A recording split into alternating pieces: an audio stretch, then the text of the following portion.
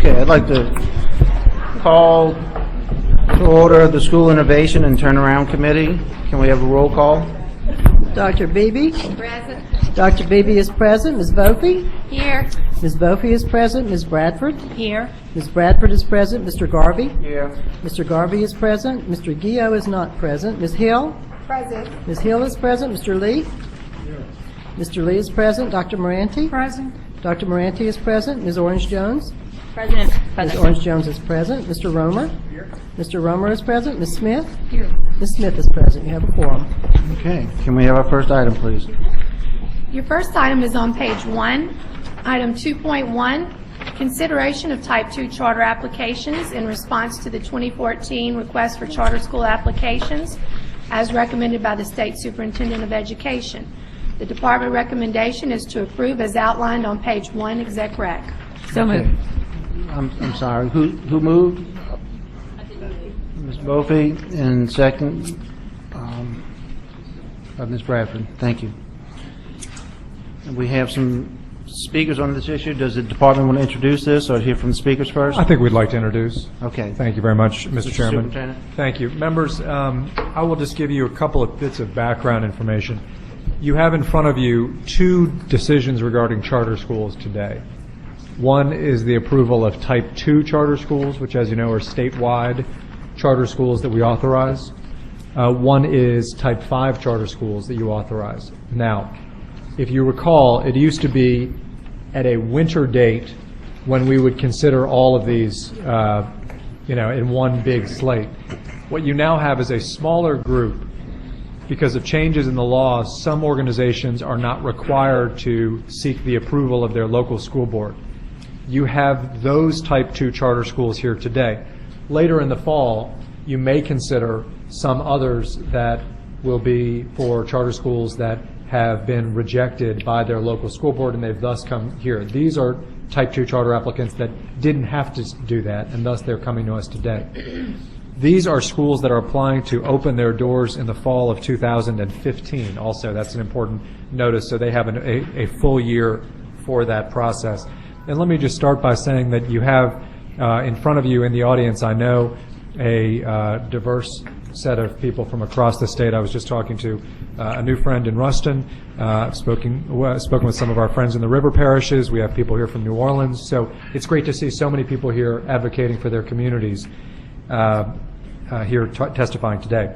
There were 23 applications received, 35, yielding 35 schools. Of those, 9 organizations withdrew voluntarily. And what you have then is the final set of recommendations in front of you for consideration. We have, as you know, required by law an independent review. And every recommendation that has been brought to you today corresponds with the independent review. Typically when we've done this, there's been 1 or 2 areas where you may have disagreed. In this case, there is 100% correspondence with the external review. Now, let me say this also as follows. One of the things I'm thrilled about is that in the application groups today, there are also organizations that have started as community-based organizations. They are growing, coming back from more schools. There are organizations seeking their first school. Groups come to us at various points on the continuum. And I would imagine that some of the testimony you will hear today is from organizations that, though we don't feel like they are exactly ready today for a variety of reasons to be finally approved to start a school, we hope that they will get there soon, and we are working with them in a variety of ways. I will detail as those issues come up for you the specifics on those instances, but I'll just name a couple with whom I've had conversations. Number one, our colleagues in Grambling, at the Grambling Lab School. This is a very unique situation where you have a school that covers a very wide range of grade levels. I frankly didn't even know about the financial situation they find themselves in. Apparently it goes back generations, and they really do need to get to a point where they are financially independent. Today they are programmatically independent. We don't think, as we sit here today in August, that they are yet ready to make that leap programmatically, but we are hoping to get them there soon, financially and programmatically. And we can talk more about that as this issue comes up. Secondly, you have in front of you today as one of the Type 2s, Greater Grace. And I have spoken with the leadership of that organization. We think that this area is badly in need of school choice on the west bank of the river parishes, frankly, both banks of the river parishes. However, we don't feel like they're quite there yet. We'll certainly talk about specifics, but we're considering strategies like making a grant to help them, to help fund their development over the course of the ensuing months and years. So those kinds of specifics I'm hoping will come up. The bottom line is the recommendation is to hew to the recommendations made by SchoolWorks, but there is going to be ongoing work with a number of the parties whom you don't see on the recommendations list as well. Mr. Chairman, thank you for the time to discuss. Okay. BESE members, any questions before we hear from the speakers? Okay, let's go to the speakers. Is this it right here? Okay. Representative Ed Price? Yeah. 3. And can we get, is it Dr. Claudette Arbit? Yes, ma'am. Representative Ed Price had to leave for a meeting, but he says he's going to try to get back. I'd like to thank all of you for taking the time to listen to me again. This is my 3rd time. And we mentioned last year that we would be back. Dr. Hill is not able to be here today. I have some of my other representatives with me. If it's okay for them to come up, is that okay right now? I have my principal, Stephanie O'Bear. We have a parent from the community, Clyde Cooper, and we have one of our board members, Luna Costley. Again, we have been meeting, discussing some of the aspects of the application, and I've also had an opportunity to meet with David. I want to thank you for allowing David to work with us. We're trying to put together an action plan. We understand that possibly we weren't going to be approved today, but because of the action plan, we're willing to make some changes, okay? We are trying to set up a blended learning environment for our students. We feel that in the traditional setting, all children don't learn the same way. So we're designing a program whereas we can do on-site teachers along with the virtual program. And also we have memorandums from different universities to work with the students using their teacher interns. So the blended learning program that we're proposing is different from the typical ones that people normally see. So with all this concentration, with our backgrounds, with her leadership experience, we feel that this would be an opportunity for the children in our parishes, because I'm looking at St. John and St. James. We have nearly 3,000 students that are in schools that are not performing well, and that concerns me. Parents are coming to me, community is very involved with this, so I'm going to appeal to you to please give us a chance so the parents and the children can have an opportunity to learn. We've done some piloting programs. We've been working right now as we speak. Tomorrow, we're engaging in another pilot program. Also, we're doing some training. So we have begun, even with David working with us, we've begun working in the area of trying to learn more, to make it a presentable program where you'll be proud of, and also our community, because the children, that's the last thing that I really want to get to them learning more. I'm going to turn it over to Stephanie so she can tell a little bit about herself. Good afternoon. I'm Stephanie O'Bear. I have over 40 years of experience in education, public education, in addition to Catholic education. And I've been, of those 40 years, I'd say about 3/4 of that time I've been in administration in one capacity or another. When I retired from St. John's school system, I was the director of curriculum and instruction. That was about 14 years ago, and since then I've done a number of other things. I train teachers currently as a consultant for one of our state-funded agencies. I work with early childhood. That's really my forte at this time, but I've also worked with pre-K 3 through 8th grade as a principal. I believe that one of the things that the interview committee found was that I didn't have enough training in blended education. However, the time that we had for the interview, I think, was very brief, and at times we were not allowed to elaborate extensively on the issues that we were asked questions about. I do have some experience with blended learning. It occurred first several years ago when I worked with McGraw-Hill. I was a literacy coach, And that was basically one of the beginnings of blended learning. So I did train teachers in blended learning. I do have a lot of experience working with teachers, collaborating with teachers, building teams, evaluating teachers. So I feel like my experience and my leadership background will serve the Greater Grace Academy very well along with its students. I do have special education background, which I think is a plus in this area. We do know that a lot of our students do struggle academically.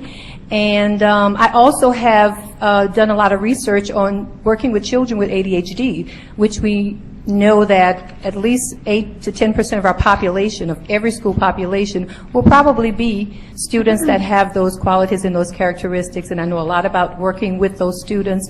And of course, I think knowing that I can be an asset to the school. Thank you. I'd like to add also with their experience with the finances, so that's another perk that we have mentioned. Well, definitely, yes. In working with the public school system and as principal, I had to deal with extensive budgets. As a matter of fact, with the Head Start program, I worked with over $1 million budget, and in the public school system, I also worked with grants, where I had to write and administer grants, and of course administer the funding. And of course, as a principal of the school that I worked with, I had to implement my budgets and work along with our bookkeeper in making sure that we were financially, fiscally responsible. My name is Clyde Cooper. I'm here as a concerned parent in the area, especially in the Fifth Ward area that Superintendent White spoke about. I'm sure he's pretty familiar with things going on in the area. But I do think there needs to be an alternative concerning just traditional learning in the area. A lot of parents come to Ms. Aubert and other parents and other principals in the area asking if they can move their kids. In a lot of the regular settings in the system, they're bringing about different programs to move kids out that area, but they're not giving other opportunities to learn. So I think a charter school in the area will make another choice for the parents to have to send their kids to be educated. So we just like you to consider that and give us that opportunity to do that. Thank you. Okay, thank you. Can we have Lena Costley and Veronica Brooks come down, please?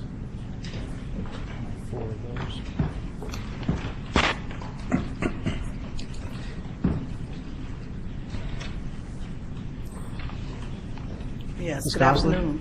Thank you. I'm Lena Costley, and I'm with Greater Grace as a board member and a parent and community advocate. Considering asking parents to come today, but I don't think you'd appreciate having 150 parents in here trying to discuss to school. But we did do over 150 surveys, and the parents in the community are asking for a choice. And they're asking questions, why are we not getting approved? Because we keep coming back to the BESE board. But we're asking you to consider us again and give us a chance to give the children what they need. Leadership, academic achievements, and there are children that are being left behind. Even though they may have 40 or 50 that are advancing, what about the 10 that's not? And we want to give them a classroom with a less amount in the class where they can learn. Each one has a different way of learning, a diverse way of learning. So we're asking you once again to give us a chance and consider us and let our children move up to a better education, and then they can become better citizens. Thank you so much. Okay, thank you. Ms. Brooks? Yes, ma'am. Thank you, Veronica Brooks with the Louisiana Association of Public Charter Schools. The LAPCS doesn't actually directly involve itself with the application process, so I'm not here to speak directly to any of the recommendations that you have before you today. I'm actually just here to speak to the process. We just wanted to commend the application process that exists in Louisiana. Louisiana has the number 3 charter law in the United States, and I think part of that is because of I know that part of that is because of the really strong application process that exists. Our law has a very high standard and a high barrier to entry for new charters, and that's as it should be. We should make sure that we're really ensuring that we have people who are ready from the get-go to serve kids at the beginning, and then we also need to make sure that we hold schools accountable. That's very important. We want to make sure that the students of Louisiana have the best options available. So I just wanted to encourage you all and thank you again for being committed to quality and having this process in place, because not all states do, and you know, it shows in some of the charters that exist around the country. Thank you. Thank you. Mr. Gordon Ford and Lee Barrios.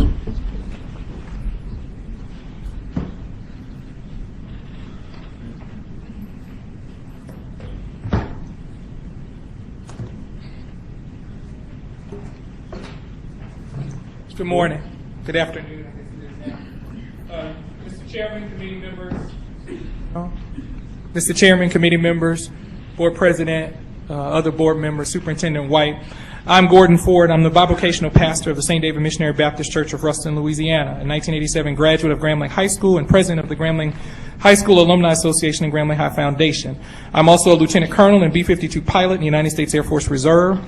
Over the past 22 years, it's been my privilege to serve this great nation in many locations all over the world, but in 2012, God blessed me to return to North Louisiana. Upon my arrival, I was saddened to see the depths to which my beloved Grambling Laboratory Schools had fallen. Along with several other like-minded persons, we chartered the Grambling High Alumni Association with the goal of improving the schools.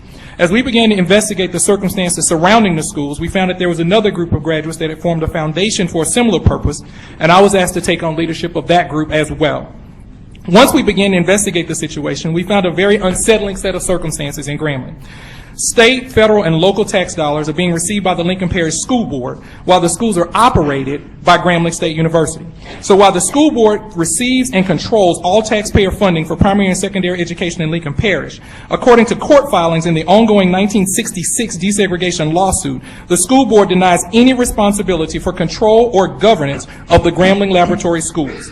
In other words, the university is responsible for operating the schools, while the school board receives all the funding.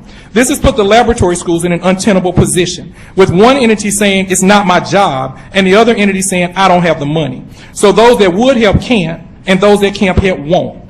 The action we are requesting will put operations and funding together, provide for real accountability by the Department of Education and Superintendent White, and actually give the school a chance to provide the quality education our students deserve.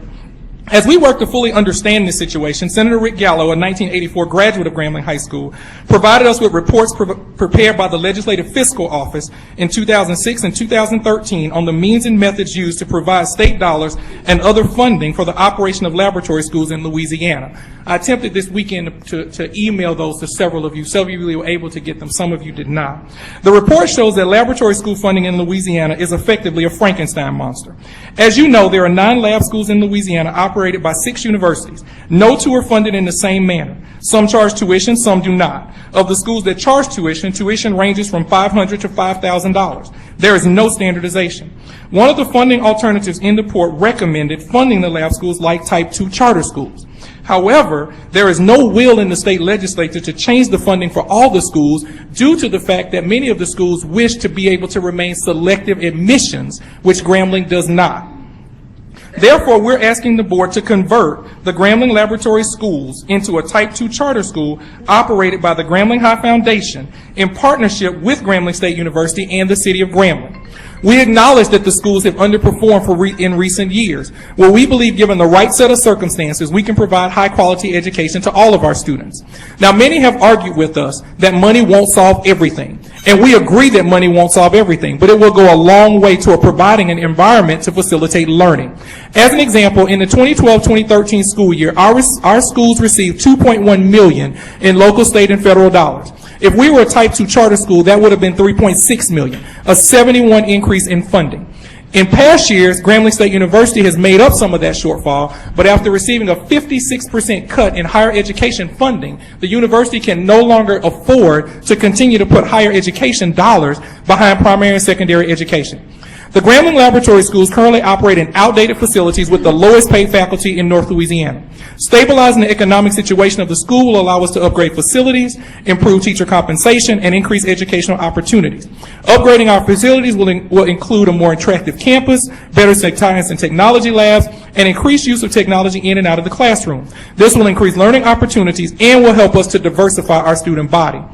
Improving teacher compensation will have the dual effect of helping the school to compete for high-quality teachers and hiring more teachers to reduce class sizes. Currently, high-quality teachers inquire every year about opportunities at our schools only to learn that they will be paid 20% less than teachers are paid elsewhere in Lincoln Parish because of the funding disparity. Bottom line, this conversion is about more than whether or not to authorize a charter school. Years of neglect by state and local officials, coupled with apathy and inaction by alumni and other stakeholders, have left these schools teetering on the brink of collapse. Grambling State University can no longer afford to put precious higher education funds into the lab schools, and without another source of funding, the laboratory schools will cease to exist. If this happens, parents from 7 parishes will be forced to send their children to public schools that they have previously rejected, effectively nullifying the choice they have already made for their children's education. Some have recommended that we wait and resubmit the application next year. And Superintendent White and I talked about that, and I understand that. The problem is we don't have a next year. Instead of using this year to perfect our application, I propose we use this year to finalize a plan to open an excellent charter school. Make no mistake about it. The President has told us that they can no longer afford to put higher education funding behind Grambling. A vote not to authorize this charter school is a vote to close the only schools that have existed in Grambling for more than 100 years. If that is God's will and that is your decision, so be it. However, we will not let it be by benign action or inaction. We will not let the school simply slide into oblivion. We ask you to decide whether we will become a charter school or whether we will close our doors. We ask you to amend the report and authorize the Grambling Laboratory Charter Schools. Thank you, and I'll be glad to take any questions you might have. Okay. If you could stay for a minute, let's hear from Ms. Barrios first, and then we'll go to questions. Ms. Barrios, retired teacher, St. Tammany. I looked through the information and the recommendations in the agenda for the Tangipahoa Charter School, and I couldn't find anything about whether or not the Tangipahoa school system wanted the charter or if it applied to them first. So I asked, and it's my understanding that Tangipahoa School Board, like St. Tammany, does not want charters. If I'm incorrect about that, then you have to blame my source. But I think that's a consideration. I see that yesterday Iberville Parish is going to file a lawsuit against the state for a charter that they don't want because of the funding that's being taken away from their public school system, which is what we should be addressing first. But I also felt I had to respond to some comments that Ms. Brooks made. We all know, anybody that's been around for a while knows that in fact this state does not have good oversight for these charter applicants. The latest being Fuse in Baton Rouge, which was approved to open charter schools, and then they have a long history in Connecticut of shenanigans, and several other. So, of course, McDonough forgot the name of it, with Fins. Future is now. So I just felt like I had to address that. So we're all waiting with bated breath to see what the BESE board does about these charters. And I hope you've done your research. Okay. Can I provide Mr. Superintendent? a little context for what Pastor Ford says? First of all, I think what he said is very important, and let me just parse out some of the legalities here. And Pastor, you can tell me where I'm getting, Yes, sir. if I go wrong. The school is not governed under a charter. It is not governed by a school board, and it is not a lab school in the law, right? Meaning that it is effectively, It is a lab school in the law. Is it in the statutes, though? I don't believe so. I don't believe it's created as a lab school by the legislature. In other words, I think it has historically existed without being as a lab school, but without being written into the law. That's not a condemnation or anything. I'm just telling you. Right. So when we got this application, we sort of started looking around and said, well, where is this school created? And it turns out that it is a public school that hasn't been created by one of these three sources. It's not run by a school board, it's not run by a BESE, and it's not run by the legislature, effectively. Effectively, what happened is when Charles P. Adams was sent from Tuskegee to Grambling in 1901 to start the school, Grambling State University started as a primary school in 1901.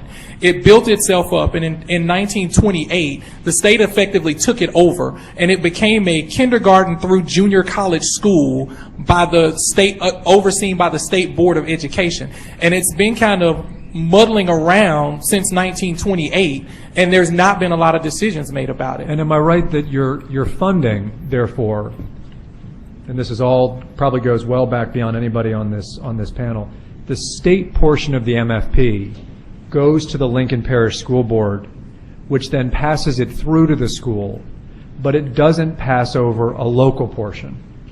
And this has been apparently the way it's been done for years. So I believe, Pastor, what the financial problem that he is getting at is that the school doesn't get a local portion of the MFP and has no legal claim to it because it has no place within the law, basically. Right. And not only that, prior to the 2006 report that Senator Gallo had performed, we didn't even get 100% of the MFP from Lincoln Parish. As a result of that effort, Senator Gallo was able to negotiate an MOU where they gave us a little bit more money toward the operations and maintenance of the school. But you're effectively getting $5,000 a year per child rather than what most schools get, which is $10,000 a year. $10,000. Right. Now, I would say that you can say money is not the problem. Clearly, that's a problem. And I guess the question is, how do you solve it? Now, they have come to us asking for a charter. We have a question in front of us then. Does this board want to take on the responsibility of governing a school, which then has significant implications for the board, for the school, and for the Lincoln Parish or whatever school boards the money is coming from? Or do we want to try to find another financial solution to this issue, such as figuring out, and admittedly that's been done before. And the Legislative Fiscal Office looked at this, and they effectively said that there are no remedies in the law currently, no remedies under the state constitution for us other than to become a charter school. That certainly is the most expedient route, no doubt about it. So we reviewed the results, and for SchoolWorks and for us, just taking the application on its face, we probably wouldn't accept the application because of what the pastor acknowledges or some of the school's struggles. So what I'm trying to get at, members, is we have a bit of a catch-22. The school is under-resourced. It's struggling. On that basis, we wouldn't recommend that we charter it. On the other hand, if we don't solve the school's financial problems, they're going to have a hard time getting to where they need to be, especially a school of that grade span. So you please feel free to ask your questions. I just wanted to frame that for you so you understand the situation. Okay. Ms. Hill? Okay, so what are the alternatives for this school? I mean, you're saying, Superintendent, that is struggling financially. I mean, what are the alternatives? Because Ms. Hill, there really are no alternatives. Right now, I have a daughter who was the top 8th grader in the laboratory school last year. My wife and I have not purchased her school uniforms yet because if there is no authorization for a charter school, then the university president has told us the school will close. And so we're not going to take our daughter there as a 9th grader if there's not going to be a 10th grade. We literally are hanging in the balance right now. The university president is waiting on me to call her and tell her what you decide. Okay, so how many students do you currently have in 371 students from 7 parishes. So last year you had that amount, and then yes, this year. So those, and what's the grade levels again? K through 12. K through 12. Yes, ma'am. Wow, this is interesting. Now, so if we don't do something, the school will close and these kids will. Absolutely.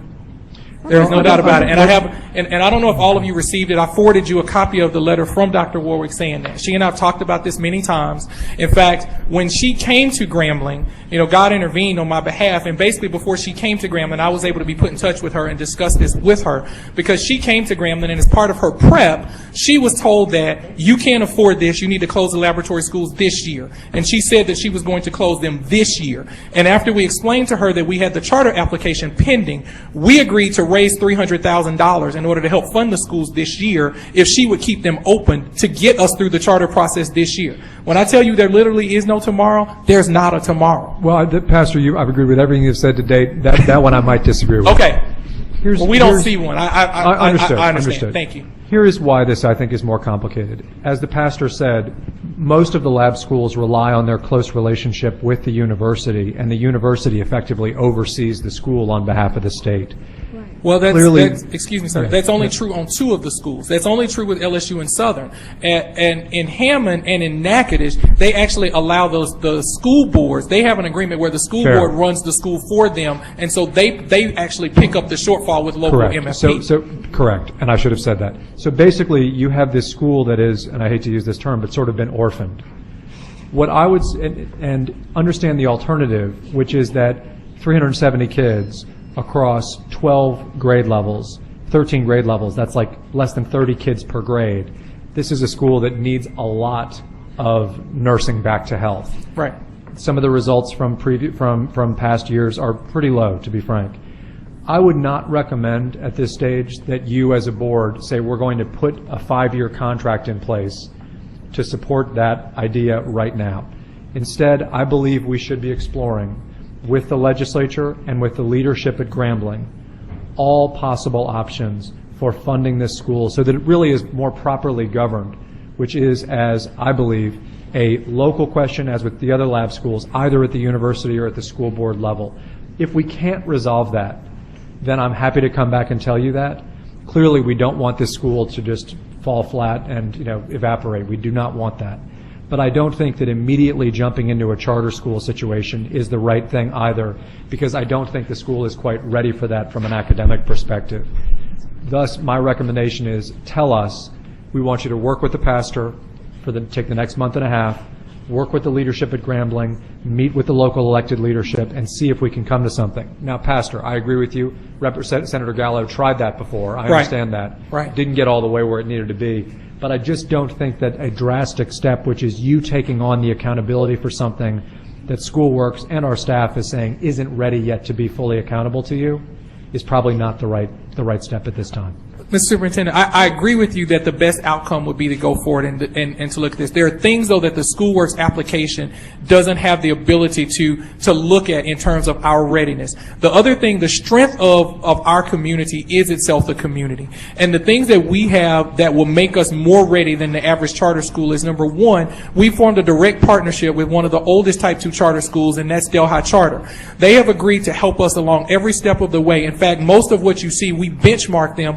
When you look at the budgets, our budgets are benchmarked directly from theirs. We've talked to and understood that. We also have a graduate that operates a Type 2 charter school in Monroe, Louisiana, the New Visions Learning Academy. And so between that and what we already have in the community, I understand that it's difficult to reflect that in 50 pages and almost impossible to explain it in 3 pages of rebuttal or in a 1-hour interview. But I can assure you we are ready. And the problem that we have is, absent a decision today, students start walking away, starting with my own daughter, because I can't put her in that position for high school. And I can't ask other parents to keep their children there knowing that, well, there may not be a school next year. There may not be a school the year after that. The other problem is, and this is what you saw in the New Orleans community, there's been a lot of distrust over the years. The timing ended up being perfect for us, that when we came in, we were able to get people from the university and from the city that have refused to talk for years to sit down and talk. And everybody is waiting with bated breath. And there are also people in the community waiting to say, see, I told you, and destroy and torpedo this entire effort. I understand you. I'm not telling you that we're 100% ready, but I am telling you that we're competent and capable, and working with your team, we can do this. So I would suggest that we're doing this on an incredibly tight timeline. This is a very complicated issue. I think similar perhaps to the last one, probably better to allow us to keep our conversations going. We've not been able to unwind this ball of yarn by August, and we just need, I think, more time to try to put this school in the proper posture. I don't think a hasty decision is right, but I also understand the pastor's urgency around solving it. Let me also say there are other issues. There's only interim leadership right now at Grambling. There's interim leadership at the university. But we agree with this with the previous, and I've also talked to Dr. Woodley about this, the ULS president, who's not interim, and she supports this action. Yes. And so we have agreement all the way up to the ULS on our model for how we would do this in partnership with the university. Okay. Ms. Bradford? So this is in my community. I want to say if there was an area that really needs chartering, I would say Grambling is it. They are a part of Lincoln, but they're really not a part of Lincoln because they have such strong community and community identity. However, you know, that sense of urgency doesn't necessitate us making a mistake. I understand that. And I think that academically, we have a ways to go. Financially, we have a ways to go. I spoke with Rick Gallo this week, last week, and we talked about where we are and what needed to happen.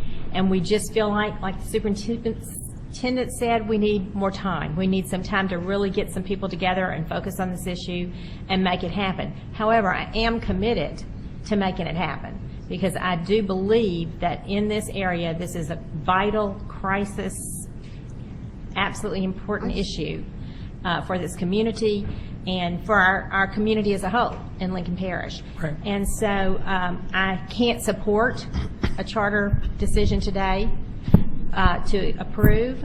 However, if we could defer, I don't know if that's the appropriate action or what we need to do to keep the dialogue going and to see if we can come to some resolution. But if you have to have a decision today, my decision would be no.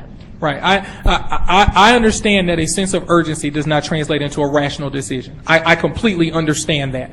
The main purpose of me coming today is to make sure that the issue is framed properly and make sure that you understand that voting not to charter this school is not the same as voting not to charter a proposed charter school, that your vote will be the end of Grambling High School.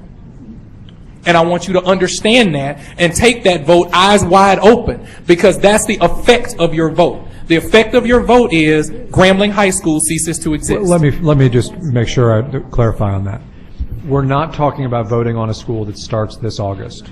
We're talking about a school that starts next August. Right. Thus, while I understand the implications of what you're saying is that kids may start to say, well, I don't want to be there next August, they're perfectly fine to be there this August. That's correct. Okay. That's correct. That's That's correct. The school won't close now, but it will close at the end of the academic year, according to the university president.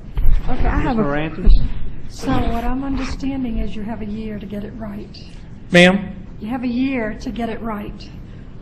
First of all, as Xavier University would never allow a laboratory to be put there if we didn't have a strong MOU to begin with. So I think working in a partnership with Grambling State University is imperative if you're going to call it a lab school. I think also all the recommendations and hearing your testimony, Pastor, it sounds like it's not going to take you a whole lot of work to get it to be an approved charter. So I would take the year to do that. I would never want, as a BESE board member, to approve that and then set you up for failure because you haven't met all of these areas. So I would say you have a year and come back and you have all those answers. I'm ready to go on your side. Yes, ma'am. I understand. I just wanted to make sure that the board understands that the year that we have would be a year to perfect the application, and then the follow-on year would be a year to prepare the school, and in that year there would be no school in Grambling. And so our best case scenario, if we defer and apply for next year, our best case scenario would be there would be no school in Grambling in the 15-16 school year, and then if we were able to get a school approved, then we would have a public charter school in Grambling the following year. So under that scenario, our best case scenario is we would go a year without a school in Grambling. Mr. Superintendent? What I would again suggest is that rather than just saying we're not, we're going to wait a year, we're continuing to work on it, and I'm sorry for not making that clear. This is just pulling so many pieces together because this has been going on for so long, and now the lack of money is kind of, laying this one bare. So we can either defer or we can bring it back later. It doesn't much matter. We're going to keep working on the issue. I'm just suggesting we not approve it today, and that we just keep working on the staff keep working on the issue with the folks at Grambling. Mr. Superintendent, for clarification, are you saying that if we don't approve it today, the department could still come back at a later date and possibly recommend that it open as a charter next school year? Absolutely. There's no limit on by when we have to make that recommendation. So the scenario that Mr. Ford laid out is not accurate with what you're saying right now? Well, I understand his concerns. I validate his concerns and his He might not have been aware of what you were But what thinking. Mr. Garvey said is extremely important. That's not something that I understand. So why I is wanted there an to- opportunity beyond today for BESE to approve a charter for the Grambling Laboratory Charter School to begin in 15? Yes. The BESE board will be considering a new slate of charter applications in October, and I'd be happy to bring this back for consideration contingent on discussions with Grambling University leadership, legislators, and others at that time. So, Yeah. Mr. Lee? Part of my question's been answered. yes, sir, no problem. And that is that the school will operate for this 14-15 school year. Yes, sir. Your funding, is the school operating on the MFP money only? The school will operate on the MFP money along with approximately, and it's hard to get, the numbers are kind of intertwined at the university, but it takes about an additional $700,000 of higher education funds to minimally operate the school. The operating budget in the year that we talked about, in the 2012-2013 year, the total operating budget that year was $2.8 million. Of that, $700,000 of that came from higher education funds. And again, the number would have been $3.6 million if we had been fully funded. And so we, like I said, the foundation has agreed to raise $300,000 toward that. That's what the university asked us to put up, and they said that they would do the rest to keep it open this year. So they will pay the additional $700,000? Yes, sir. Probably $300,000 to $400,000. 14-15 year? Yes, sir. All right, Ms. Moranti?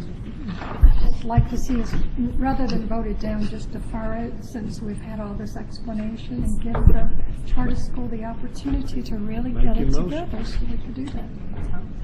Is that a motion? I'm sorry, I couldn't hear that. We couldn't hear it. I'll move that it be deferred.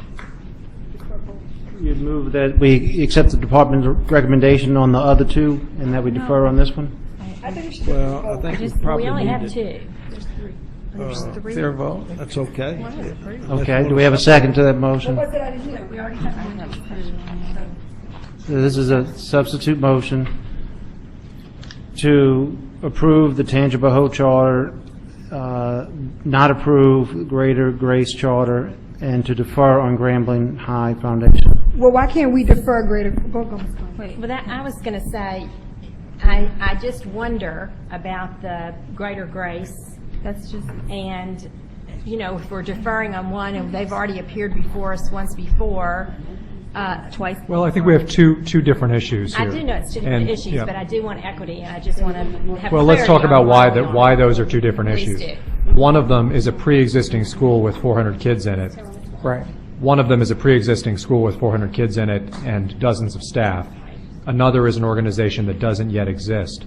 Thus, there is both greater capacity and greater room for crisis if we don't immediately solve this issue in Lincoln Parish. Trust me, if we felt like we had a year to do the academic work in Lincoln without any repercussion, we would be saying, let's turn it down and take a year. There is already an action plan called a Plan for Success that Pastor Obear referred to before with respect to Greater Grace. That plan has been established to take us through February of next year so that we have an application that is fully approvable. That application will be worked on between the department and the Greater Grace Board. There is no doubt in our mind that a charter school is badly needed for the or I should say an alternative for the underserved students of St. James and St. John the Baptist Parish. I have no question about that. I've said that to Representative Price and agree with Pastor Obear on that question. We do need some things tightened up.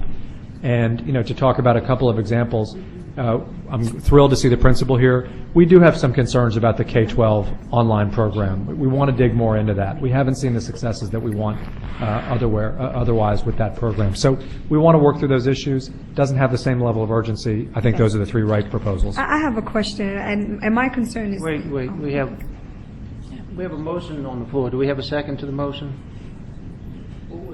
Well, before we do the motion, can I ask my question to see if I want to vote for the No, we motion? need to get the, To approve Tangipahoa. either second this motion or let this motion not get seconded. The motion is to approve Tangipahoa Charter School, defer on Grambling High Foundation, and to not approve Greater Grace Charter Academy. Do we have a second? Yeah, I'll second that. Okay, Mr. Roman. Now, we had Ms. Smith waiting to speak. Thank you. Thank you, Mr. Chairman, and thank you for your service. God bless. If in fact, at some point, Grambling does actually become a Type 2 charter, then help me, they still, though, would fall under the Lincoln Parish School Board, wouldn't they? No, and I think, and this is something to be discussed, and I want to, this raises a great point by Ms. Smith. Remember, this school could very easily be chartered by the local school board. And let's be frank, at the end of the day, in many ways, this is a question about where do the additional funds come from. If you make it a Type 2 charter school, that kind of forces that question. But this school could have become a Type 1 charter school years ago. With all due respect, though, the problem with being a Type 1 charter school is we currently have students in the school from 7 parishes. Understood. And if we were approved as and even in our strategy this year, as we work with your staff, it was clear that if we did actually get a Type 1 approval, we would appeal for a Type 2 because we would lose 30% of our enrollment because those parents wouldn't be able to then send their children into the parish to attend the schools. Bottom line is there's a lot of moving pieces here as to who takes governance responsibility. But so it could be a Type 1 if Lincoln Parish wanted it to be. Those issues understood. And then they would receive the full funding like the other lab schools do in the state? They would. Okay. Yeah. No lab school receives full funding. Yeah, but you would receive some of the local money that you're not receiving now? Well, as a charter school, we would receive an equivalent amount as all of the other schools in Lincoln Parish do. That's right. Okay. Okay. I have a question. Ms. Hill. In regards to, because I'm looking at the fairness of this process. I understand the urgency of Grambling State Laboratory School, but at the same token, I hear Superintendent White talk about Greater Grace Charter Academy in regards to they have come to the board twice. However, I mean, all of the recommendations that have been required of them, they have done those recommendations. Now you're telling us that you guys offered them a grant which would allow them to do the training that they need to provide the academic piece. So why, if we're going to defer one, why can't you defer both? Because at the same time, I understand they have students in their school for Greater Grace. They also have been to us several times. You said the need is there in regards to the students. And at the same token, I'm looking at the fairness of the process. It's like you're giving one and not the other, and you're giving them the funding to do the training for the blended model. So I'm just trying to figure out where's the consistency here. If all things considered, we would take a full year with both schools and come back next year. I'm saying that in the instance of the school in Grambling, we unfortunately don't have that time for all the reasons the pastor articulated. That's the only reason why I'm suggesting we come back in 2 months on that school. Excuse me. Okay. Oh, Ms. Bophy. So I just have to say that I am comfortable with approving the Tangipahoa, and so I'm curious if I can make a substitute motion now, if that's in order or not, because I'm not comfortable with the other two, right? Like, I think taking them all together is not, I'm not comfortable with that. So I don't want Tangipahoa to get mixed up in how I'm feeling about a couple of the others. You would like to split the issues? I would. Do we have any objections from the BESE members of splitting the issue? Taking them individually. For each one, make a decision on each one. Okay. With that in mind, can we get a motion to approve the Tangipahoa Charter School moved. Association? Second. Approved. We have a second. Second. Do we have any questions on that issue? Ms. Bradford? You second. Okay, do we have any objections to that motion? I object. Okay. Can I have a motion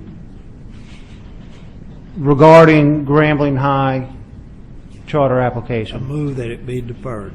We have a motion. Do we have a second? Ms. Bradford, second. Do we have any questions about that? Okay, do we have any objection to the motion? I object. Okay. Motion carries. Can we get a motion regarding Greater Grace Charter Academy? I have a question, if I can ask a question prior to making a motion on that. Yes. And this has to do with any charter, for that matter, that would be before us. No, if an applicant were to get ready, I know you have worked out a timeline with this applicant. I know you believe they take a year. They need to have a year's worth of work in front of them. And I'm not second guessing you there, but there was a question brought to me by the state representative earlier and others who said if we were ready sooner, is there a method by which they could be reconsidered sooner? Certainly. Yes, absolutely. Okay. Wait, may I? Ms. Jones? So what would that entail? Like if they were ready sooner, what would that process actually entail? You are responding to a department recommendation. We can bring the recommendation in June rather than August or in April. Okay. Because that was one of the frustrations we've always kind of had with this process previously, was it was much more regimented. There was a specific time, if I recall correctly, that we had to make a decision on a certain date. That's no longer the case? Well, you have to make a decision by the end of the calendar year in advance of the year in which the school is going to start. If the school is going to start in 2015, it has to be approved by the end of this calendar year. Okay. But, I don't know if that's necessarily the most important question in front of us. No, it's not. But I do want to make that clear, that there are ways that if something were to happen where all of a sudden you deem them ready to open for next school year, you still have time to bring that recommendation to this board if that were to happen. That's true, yes. And I do think it's relevant to this discussion since we are talking about this. So what is the difference then in denying this group and deferring this group? I'm not sure there is much of a difference because you always are reacting to our recommendation. In other words, if you deny it, we can still bring it back. If you defer it, we can still bring it back. I think probably the only difference with deferring it is that you're basically saying it has to come back. So, which I'm fine with. Forcing it to come back. I want to make a motion that we defer on Greater Grace. Yes, and I second that motion. We already handled that. Is that what that is? I didn't know that was. Okay, we have a motion and a second to defer on the record. Okay, do we have any further questions? Hearing none, motion carries. Next item.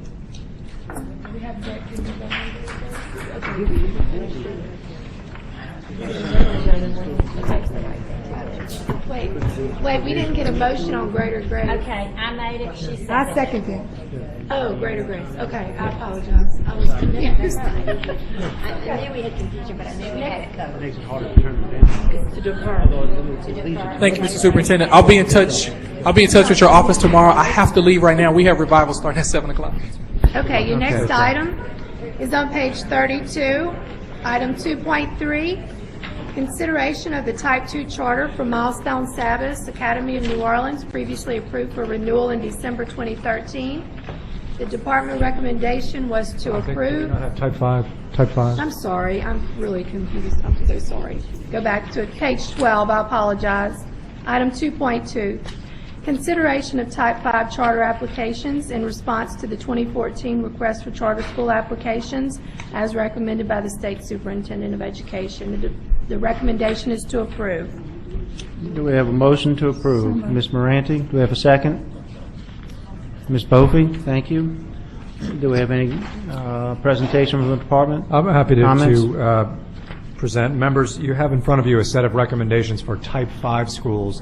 These schools are a little different in that their job is to turn around specific historically struggling schools. And I want to talk a little bit about the two locations in which these things are going to happen.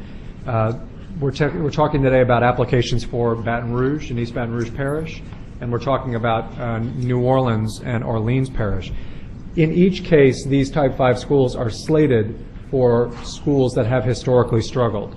And there may be schools that are still struggling, and there's a need for continued Type 5s. There was a great article in The Advocate this weekend talking about the efforts in Baton Rouge. But we talk a lot about the efforts in New Orleans, and I think this whole morning was consumed by New Orleans. We talk about very abstract kind of ideas about whether it's succeeding or whether it's not. we have real people here today that I believe are evidence of the successes. I see Kelly Batiste here. I see Kate Mihawk. I see Ben Cleven. I saw Adrian Morgan. These people lead organizations that are responsible for thousands of students, and the four of them are brilliant people. And I hope someday you get a chance to meet them and ask them about whether or not it's succeeding or whether it's not with those kids. So I submit to you the Type 5 applications for your consideration. I'm very proud of the work that's going on in Baton Rouge as well, and look forward to the discussion. Okay, BESE members, we'll hear from speakers. Ms. Veronica Brooks.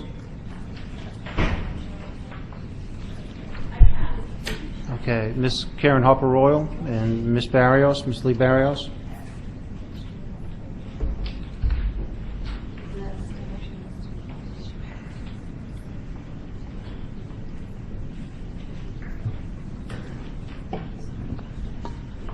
Good afternoon. I'm a real person from New Orleans, and I'm going to ask you to vote no on all of these charter expansions. What buildings will these schools be in? Will they exacerbate the seat issues in New Orleans? I see that for some it's about taking over some schools. Which schools are they going to take over? I could go into detail about two of the operators in terms of their success and what I've seen happen to children at some of their schools, but I'm not going to personalize this in that way. But I'm just going to ask that you don't approve any more schools, any more charter schools in New Orleans until you can start to respect the community of New Orleans who says, give us back John McDonough High School. Give it back to the Orleans Parish School Board.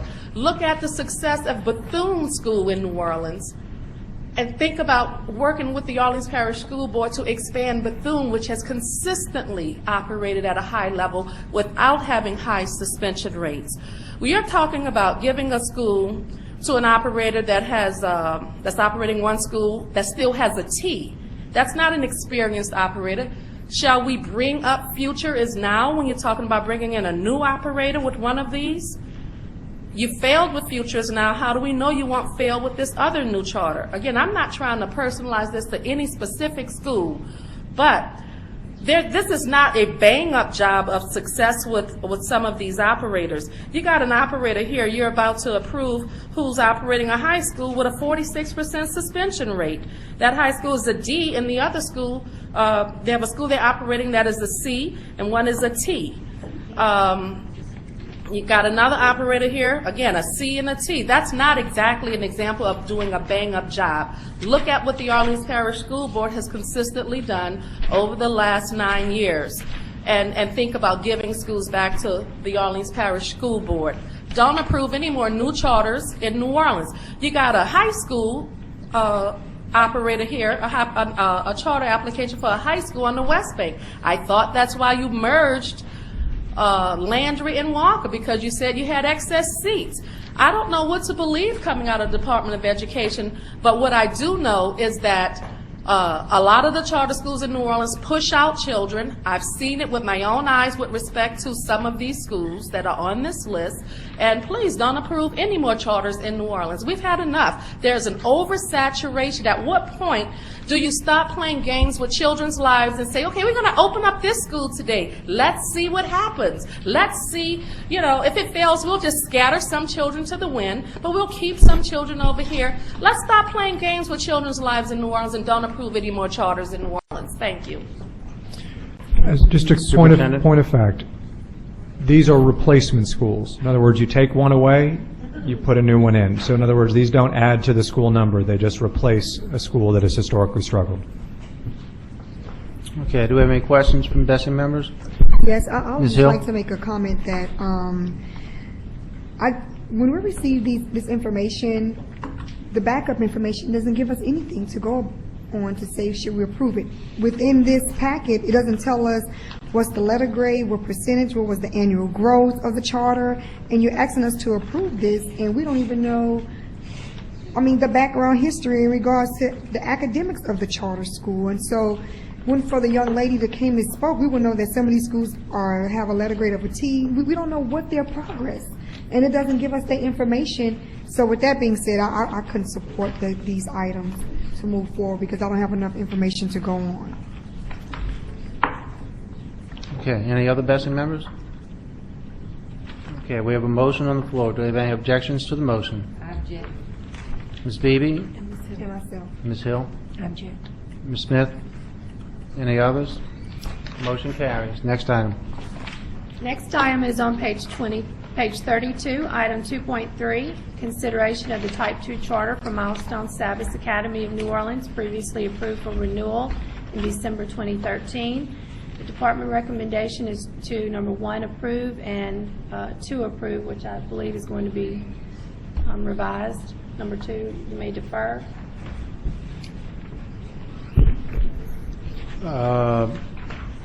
Can we get a motion to approve items 1 and 2? Ms. Bophy, we have a second.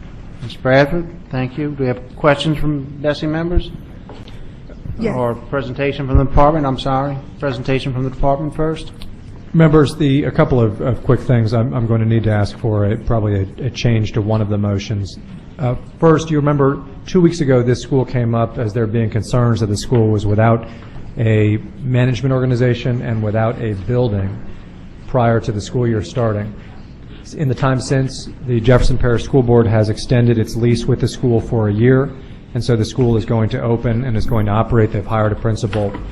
We agreed to defer at the last meeting on the condition of an MOU being negotiated. However, that MOU has not been completed and signed as of today. Thus, I'm going to ask that the board consider changing its motion on the MOU to deferring. However, in the instance of the material amendments are needed in order for the school to proceed and open its doors, and therefore I'm going to ask that the board approve the material amendments so that the school can open.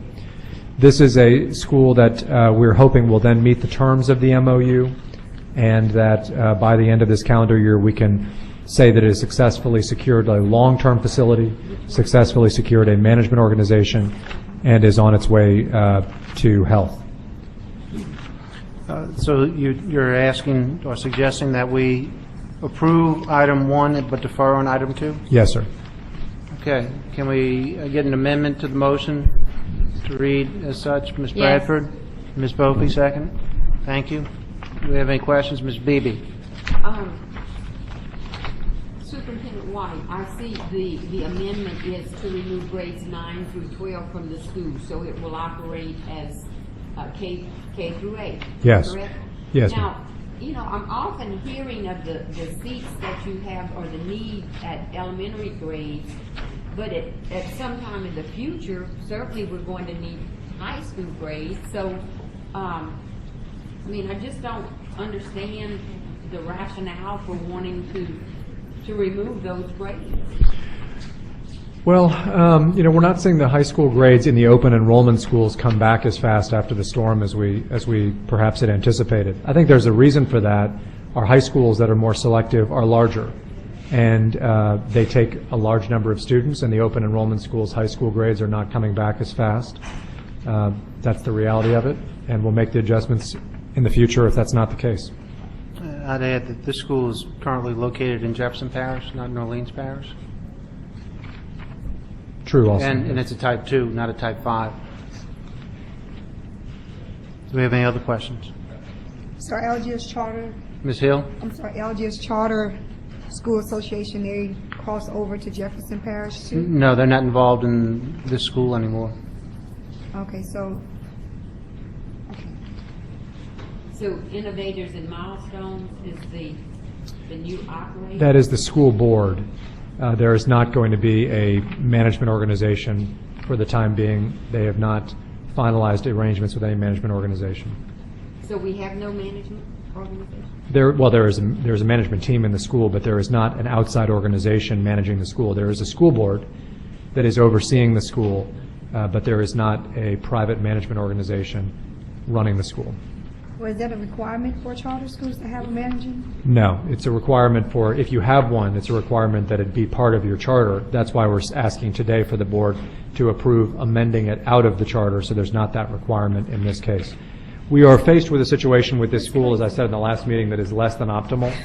It's a situation with a school that was unable to negotiate an agreement with its management organization, that did not have a building lease signed.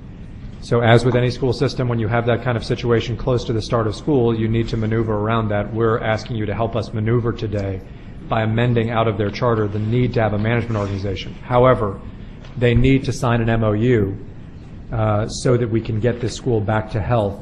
The MOU is not done, and unfortunately, you have hundreds of kids showing up for school. They need to be served, and thus we're asking your approval of this amendment.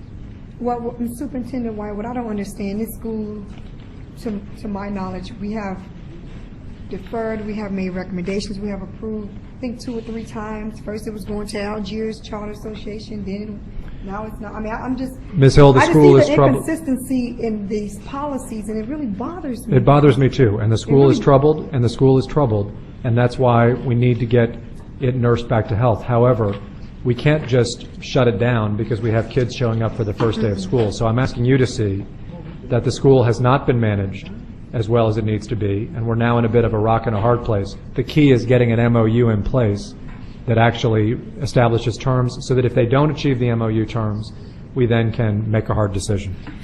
So initially, to my understanding, Milestone Academy, the school, I think maybe 2 board meetings ago, the representative, they did not want the school, and they wanted to give their authority 2 meetings ago, we were transitioning it to a new management organization. Right, because they said that they didn't want that managing group anymore. We wanted a new management organization, yes. So now they're coming back saying that... Well, here's what's happened. I apologize for not giving the history well enough. The negotiations with the new management company broke down. The building negotiations broke down. So you had a school with no management organization and no building. Now, in the time since, they've gotten a building. We're up against it with the start of school. These kids are coming back, school's ready to start, and the piece that's not in place is the management organization. Legally, for them to operate, they need to abide by their charter. We're asking you to amend out the agreement to have a management organization in the charter so they can operate legally. But we don't have a choice but to accept, Ms. Hill, the students back to school this August, and we need to make accommodations for them. Okay, other BESE members? So they don't have any other available seats elsewhere in that community? Well, we do, but we've got a decision. Do you want to force kids out with a week left before school starts or not? And we think the most judicious thing to do is to say not. We do have seats available in Jefferson and in Orleans. We've been offering those to kids, but I don't think a week before school starts, we should probably be forcing that on families. Because I remember in one of the meetings, that was one of the issues when we decided we were going to give it to our Jewish charter, and you said that those kids that have the opportunity to go through one app process. And now I guess the school wants to keep, whatever, okay. Okay, that's fine, that's it. Okay, we have a motion on the floor. Do we have any objections to the motion? I object. We have Ms. Beebe, Ms. Hill, and Ms. Smith. Do we have any other objections? Hearing none, motion carries. Do we have Ms. Lee Barrios to speak? Pass. Okay, motion carries. Next item. Next item is on page 34, item 3.1, consideration of revisions to Bulletin 126 charter schools as required by actions of the 2014 regular legislative session. The department recommendation is to approve as notice of intent. So move. Ms. Bophy, we have a second. Ms. Bradford? Members, we have here 3 items. The next 3 items are going to be laws that were passed during the legislative session. We are taking the language of the law and we are pasting it into a bulletin. So these are not issues over which we have any discretion. We are placing them into the bulletins. I'm happy to answer questions about them, but there's really not much of a choice one way or the other, as these are statutes that now are going to be reflected in the regulations. Okay, we have a motion on the floor. Any questions from BESE members? Hearing none. Any objections? We have, a card, Ms. Barrios? Okay, any objections to the motion? Hearing none, motion carries. Next item.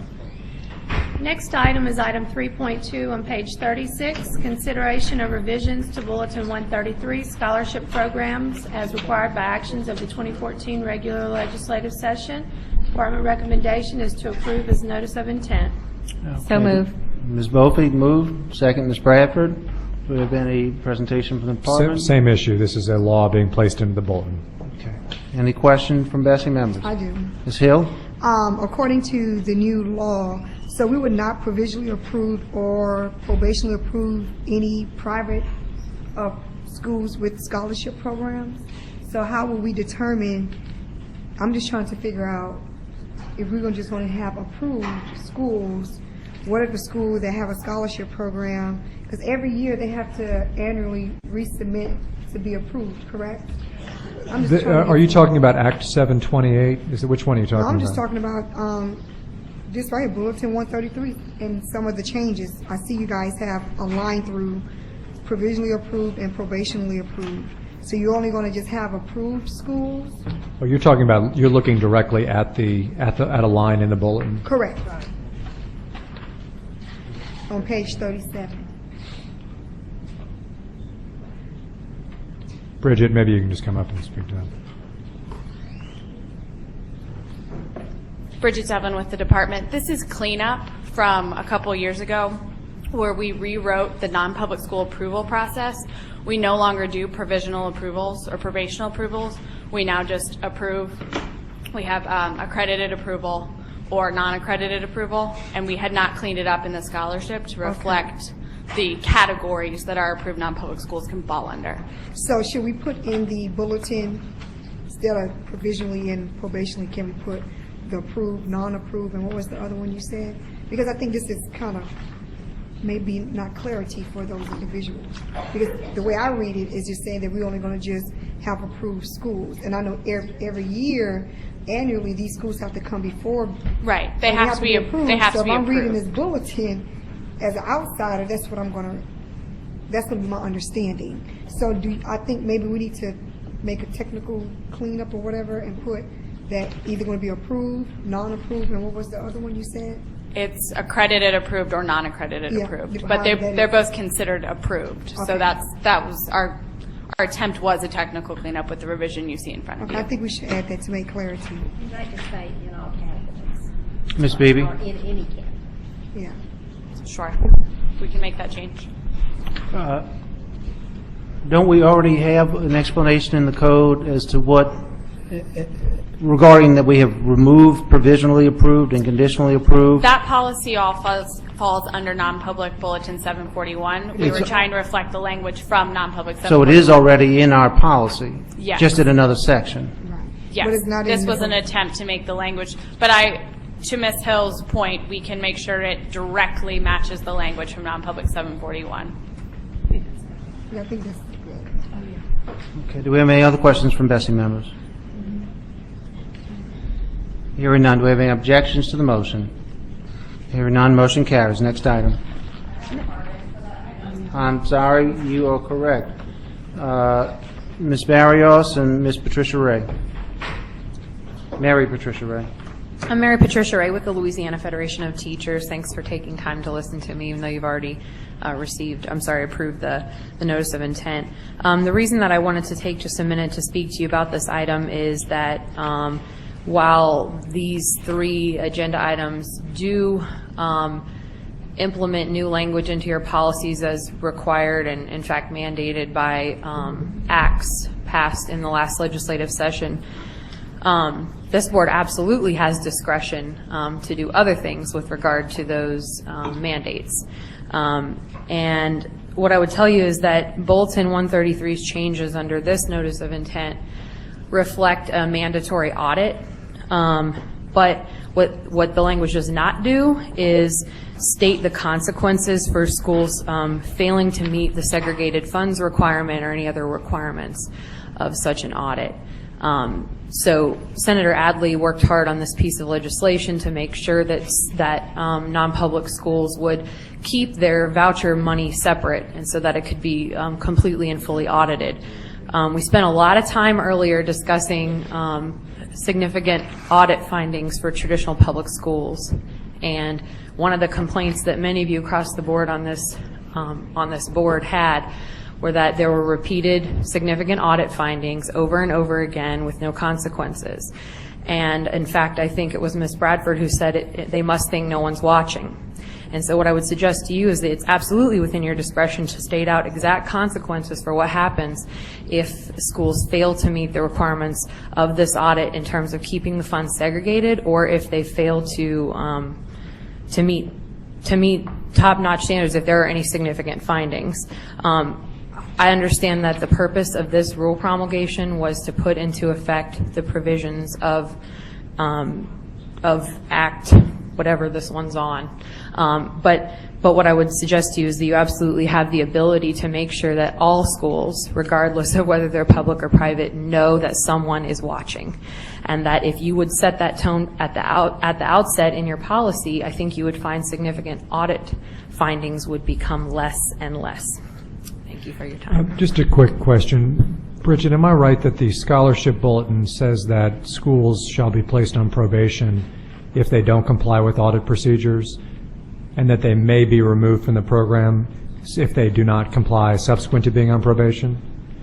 And am I right that the bulletins discuss fiscal dialogue with school boards or charter schools and the placing of fiscal monitors if they do not comply with audit findings? Okay. So I think we've... And I would just clarify that there's still mays. May, not will, shall, must. And that's what's leading to these significant audit findings in all areas. So again, this board has the discretion to clean that up and to fix it. And I would encourage you to do that when you come back next month with another notice of intent. Thank you. Superintendent, I have a question. Do we have the same provisions in place for regular public charter schools that have audit findings? Public charter schools? I mean, regular public schools. Well, we have there's a different relationship. So there are procedures in place for placing them in fiscal dialogue and then escalating that to having a fiscal monitor. But we don't have the same ability just to shut down school boards for fiscal malfeasance as we do for, say, non-public or charter schools. Okay, so we have the ability to hold the charter schools and the voucher schools to a higher standard? There's certainly more dramatic consequences, yes. Okay, thank you. Other BESE members, any questions? Ms. Smith? I have just a general question to try to understand. Back on the earlier when we talked about a school not being able to have a management organization, if we're not successful if they're not successful in being able to find a management organization, is it then incumbent upon us to try to oversee it, or in some way we're going to have to give it direction, or what's the consequence? Well, that's the MOU that we're putting in place with them that spells out specific terms, and the agreement with their board was if they don't then meet the terms of the MOU, they have to hand in their charter voluntarily. I mean, it's like any contract. You put in terms, and those terms are stipulations, and if they don't meet them, then we can end the contract. But we didn't feel so close to the start of the school year end the contract with them. We just didn't think that was the responsible thing to do. So do you feel that they have, and I know this has already been voted on, but just do you feel like that there's staff in place and there's leadership in place for them to begin the school year with some degree of confidence? Yeah, I know the principal, Beverly Johnson. I have faith in Beverly. I have, frankly, not seen the level of responsiveness from the board over the last 2 weeks that we would have hoped after the last time we met, and that needs to change. Okay. Thank you. Okay, any other questions? Hearing none, do we have objections from BESE members? No objections, the motion carries. Next item. Your last item on the agenda is on page 39, item 3.3, consideration of revisions to Bulletin 134, tuition donation rebate program, as required by actions of the 2014 regular legislative session. The department recommendation is to approve as notice of intent. You have a motion to approve? Ms. Beaufort? We have a second? Ms. Bradford? Do we have any presentation from the department? This is just similar placing language from the law into the bulletins. Any questions from BESE members? We have two speakers, Mary Patricia Ray and Lee Barrios. On this item, Mary Patricia Ray with the Louisiana Federation of Teachers. On this item, just like to remind you that we're talking about auditing of student tuition organizations, not of schools themselves. And the law that was passed this year put into place a mandatory audit for those organizations. Those are the ones that match up scholarship students with qualified schools. The bill that you're creating a rule to respond to expanded the definition of qualifying student. And I want to take just a minute to explain to you why it's incredibly important on this particular rule that the audit procedures that are followed have actual consequences. So this rule promulgation includes language that makes an audit of STOs mandatory, but it prescribes no consequences for negative significant audit findings. So it says there shall be an audit, and it says that the board may bar the STO from continuing if there are negative audit findings. So not required. It's a maybe, not a shall. This board regularly laments its own inability to procure more funding for K through 12 public education as a result of our state's revenue problems. Well, when the board persists in making policies that encourage the continued irresponsible spending that we just spent a half an hour, 45 minutes talking about today in that audit report, that leads to when those irresponsible spendings instances lead directly to budget deficits, the limitations of the board about not having money seem a little bit insincere, and that's the perception that people have. Specifically, let me explain how these rebate scholarships are funded. And I want to explain that because it's important for you to understand how expensive this program could be in the future and why wrangling in those misdeeds in spending now is incredibly important. And I want to preface that by saying that although you cannot change the funding mechanism that I'm about to explain, you certainly can make sure that anyone who fails to comply with it is completely barred from participation, and you can do that up front by amending this rule. First of all, this bill that you're responding to allowed STOs that were, we only have one STO in existence, by the way, and it's from Florida, and the reason that there isn't huge growth in this rebate program is that it's challenging to find qualified students. This bill allows all 9,000 and some scholarship students that are funded through House Bill 1 to now be eligible for a tax rebate voucher instead. So what that means is this has 190% cost for the state. Every time we move one child out of the House Bill 1 voucher into this one, we're going to fund that one, the new one at 90%, and then we're going to find another child to put into the voucher slot under House Bill 1. We can talk about the merits of vouchers all day long. Not my point here today. What I'm telling you is that this has a new cost, and it's going to be a cost that is funded through current year collections as a tax rebate, not a credit, not some other type of cost that we can anticipate. This is going to happen at the end of the year. We won't know how much it's going to be. This check on this program, this audit, is the only one that exists. It's the only way to ensure that these tax credits are being spent the way that they're supposed to under law, this audit right here. So if you say we're going to audit you and we might do something about it if you do something wrong, you are not going to encourage people to comply with the law and to do what they're supposed to with the funds they're receiving at 190% cost to the state of Louisiana, to the taxpayers who come here and beg you to fully fund the schools that we already have. So I'm asking you, it is within your discretion. This rule right here, once it's published in the Louisiana Register, still has at least a 90-day public comment period before it becomes final. There is plenty of time to simply change the may bar to shall to fix this situation and to be consistent. And I'm to the point where when I come here and ask you all to do these things, if you can't agree that an STO that misspends funds, a private organization that's supposed to be nonprofit, if we find that they misspend funds, that they should never, ever, ever be able to participate in this program again, if that's not something this board can agree on, then I don't think y'all are ever really going to agree on anything that's better for K through 12 education in Louisiana. It's very simple and easy.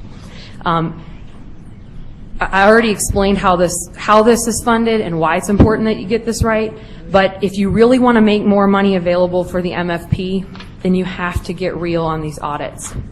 They can't be an optional, maybe you pass, maybe you don't, life goes on thing. There have to be consequences, real accountability. Thank you. Thank you. Mr. Superintendent, did you have something? Well, okay, I have a question for you. When LEA, regular parish public school system, has an audit finding, is there any provision in the law that says that we can stop them from participating in public education? Mr. Garvey, this is a No, private they're- company, not a public body. That comparison is completely irrelevant. People would argue that you hold a public entity to a higher standard than a private company. So you could argue that I think we either should way. hold all companies and public bodies to at least some standard, and this rule doesn't hold anybody accountable for anything.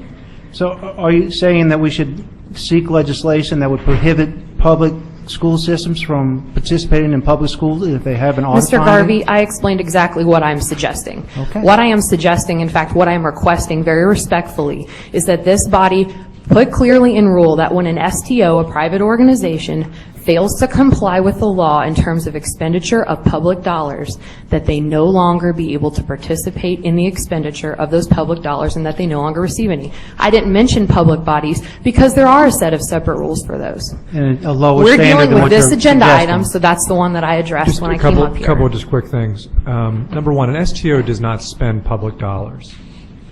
Just to be clear. What an STO does is it raises private money, and then the donor is reimbursed with public funding. My view is no state has taken a harder stance on consequences for both academic and financial malfeasance or incompetence than we have. But I respect the point. I do think it's important to note that these organizations do not receive public funding. I'd like to offer a substitute motion. Yes, ma'am.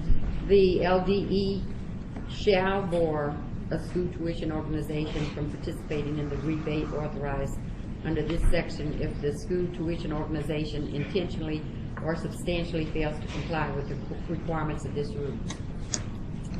Okay. Do we have a second to the motion? Ms. Moranti? Do we have any discussion from BESE members? Well, I think Ms. Patricia Ray puts it succinctly that we need accountability, and so therefore I offer the substitute motion. Okay. Mr. Superintendent? Would you mind, I didn't fully digest it, would you mind reading it one more time, Dr. Beebe? Well, it's in the language what we're saying. Instead of saying may, we will use substitute may with shall on page 40 and 901.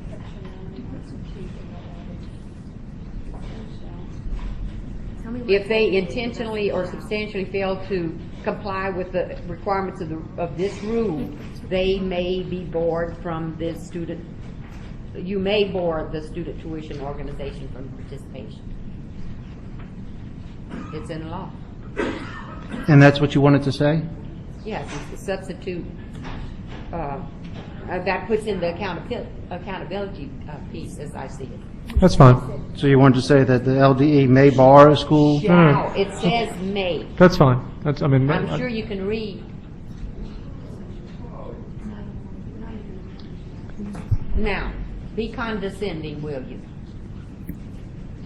I don't know that anyone's being condescending. I think there was a misunderstanding. But I will tell you, from a policy... said on Dr. Beebe, reference, page wait, 40. whoa. I'm with you, okay? I think the proposal that you're making sounds like a good one. Thank you. Does that work? Yes. Good. Okay, any other questions from BESE members? Okay. We have any objections from BESE members on this item? I object. Mark me down as objecting. Any other? None? Okay, motion carries. Next item. The agenda.